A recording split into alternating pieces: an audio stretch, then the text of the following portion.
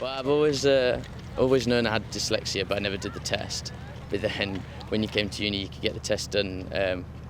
Like the university helped you out with the financial side of the test. So I took it in my first year. So I knew by Christmas that, like, officially had very dyslexic, but with unique qualities, which I always like to focus on the unique qualities. Don't let it hold you back. Don't think about it like that, like a negative thing. Just think like you have to work harder to do certain things. So what? I'm sure lots of people have lots of things that they can't do.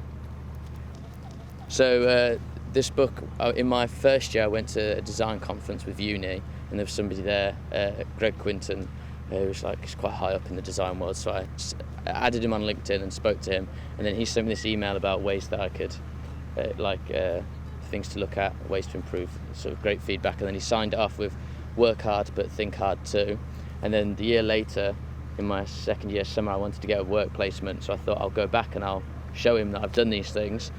You're going to send an email, they'll get 10, 15 emails a day, probably more. If you send something physical that's on their desk, like, they've got to look at it. And one of the guys in London, he read it on the train.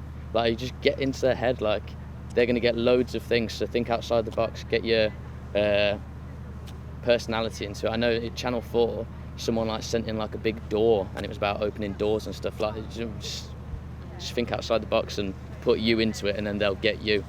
Over the second year summer, I did work placements all around the country, but then the last one was in Manchester. And so I did my work placement there, and then over the third year, did 1 day a week there, and then they've taken me on. I did my first week this week.